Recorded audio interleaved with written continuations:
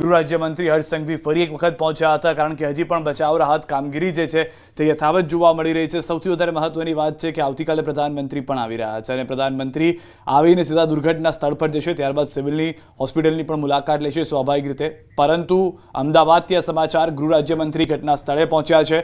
હર્ષ સંઘવી ઘટનાનું નિરીક્ષણ કરવા માટે પહોંચ્યા હોવાની જાણકારી મળી રહી છે. શું પરિસ્થિતિ છે હાલમાં તેની જાણકારી મેળવવામાં આવી રહી છે. બીજે મેડિકલ હોસ્ટેલ અથવા તો કોલેજ, જેને બિલ્ડિંગ જે અલગ અલગ બિલ્ડિંગ હતા, જ્યાં રેસિડેન્શિયલ માનવામાં આવતું હતું, જ્યાં લોકો રહેતા હતા, ડોક્ટર્સ રહેતા હતા, તે આ ઘટના ઘટી છે. તો અંગે વધુ અપડેટ પણ મેળવીશું. મૌલિક આપણી સાથે જોડાઈ ગયા છે ઘટના સ્થળ પરથી અને ત્યાંની વધુ વિગતો આપણને આપવાનો ત્યાંથી પ્રયત્ન કરશે. જી મૌલિક, આપ કયા સ્થળ પર છો અને ત્યાંથી શું અપડેટ? સંધ્યા, આ ઘટના સ્થળ માનવામાં આવી રહ્યું છે કે બીજે મેડિકલના કોલેજના અભ્યાસ કરતા જે ડૉક્ટરના સ્ટુડન્ટ હતા તે લોકોની મેસ છે. આ મેસમાં ત્યાં જમવા આવતા હતા અને તે જમવા આવતા દરમિયાન આ 1:30 વાગ્યાના સુમારે જે બનાવ બન્યો, ત્યાં આગળ અત્યારે હાલ ગૃહ રાજ્યમંત્રી આવી પહોંચ્યા છે. ઘટનાનો તાગ જે છે તે મેળવી રહ્યા છે. સાથે સાથે NDRFની ટીમ જે છે તે અત્યારે હાલ તેના છે. હજી પણ રેસ્ક્યુની કામગીરી જે છે તે કરવામાં આવી રહી છે.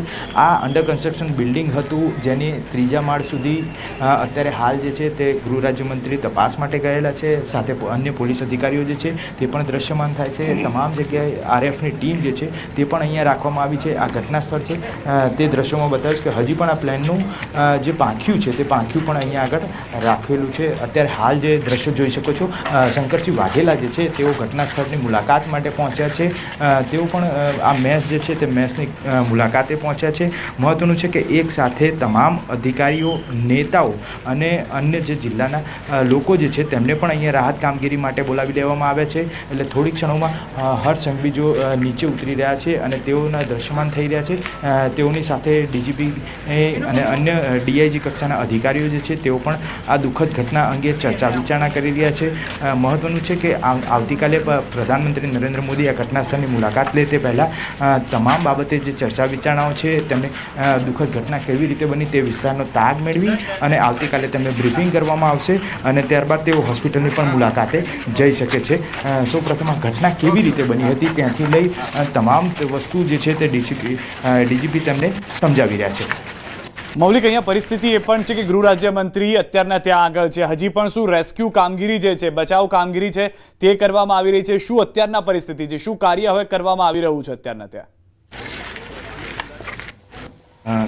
સૌથી મહત્વ એ છે કે જ્યારે પણ આ પ્રકારની ઘટના બનતી હોય છે ત્યારે કેટલા વ્યક્તિઓ આમાં ઘાયલ થયેલા છે, કેટલા વ્યક્તિઓના મોત નીપજ્યા છે તે બાબતની કાઉન્ટિંગ કરવાની હોય છે. તેના માટે ઇમરજન્સી નંબર જે જાહેર કર્યો છે તેના આધારે અત્યારે હાલ રિસર્ફેસ કામગીરી જે છે તે થઈ રહી છે. સાથે સાથે FSLની ટીમ જે છે તે મોડી રાત્રે બોલાવવામાં આવી છે. આ તમામ વિસ્તાર જે છે તે કોર્ડન કરી લેવામાં આવશે અને કોર્ડન કર્યા બાદ તમામ અવશેષો જે છે તે એકત્ર કરવામાં આવશે અને એકત્ર કર્યા બાદ આગામી સમયમાં તેને FSLના ટીમ જે છે તે તેનું સર્વેલન્સ કરશે. તેની જે માહિતી છે તે માહિતી મેળવશે. કેટલા અંશે આ જે ઘટના બની હતી, કેટલા વાગ્યે બની હતી, ત્યાંથી લઈ તમામ પરિસ્થિતિનો તાગ જે છે તે FSL દ્વારા આખી રાત દરમિયાન મેળવશે. અત્યારે હાલની વાત કરીએ તો તમામ ગુજરાત પોલીસના જવાનો જે છે તે આ ઘટનાની પાછળ લાગ્યા હોય તો ચોક્કસથી લાગી રહ્યું છે. સાથે સાથે NDRFની ટીમ હોય, આર્મીની ટીમ હોય તો આ આર્મીની રાહત કામગીરીની ટીમ પણ જે છે તે ઘટના સ્થળે જ તૈનાત રાખવામાં આવી છે, સ્ટેન્ડ બાય રાખવામાં આવી છે. સાથે સાથે ફાયરની ટીમ જે છે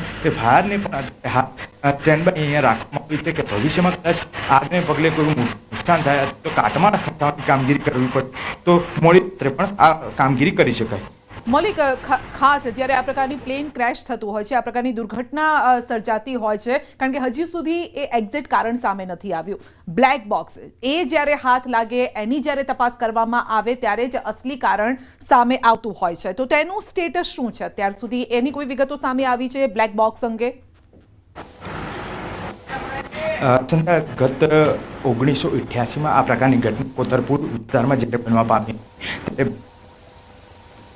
માણેની ઘટના પરથી મેળવી તેનો પૂરો ચિતાર જે છે તે મેળવવામાં આવ્યો હતો અને દરમિયાન જે ઘટનામાં ઇજાગ્રસ્ત અને અન્ય લોકો હતા તેમના નિવેદનો લઈ અને આ આખી કામગીરી કરવામાં આવી હતી. હાલ પણ આ તમામ લોકોના અવશેષો અને જે આગળ સબ હતા તે લોકોનું તમામ નિવેદનોની વાત હોય કે પછી તેમના સબને રાખી ત્યાં આગળ તેમની અન્ય પ્રવૃત્તિ કરો તે તમામ વસ્તુ કરવામાં આવી રહી હતી, પરંતુ અત્યારે હાલ જે છે તે FSLની ટીમ અહીંયા આગળ આવશે.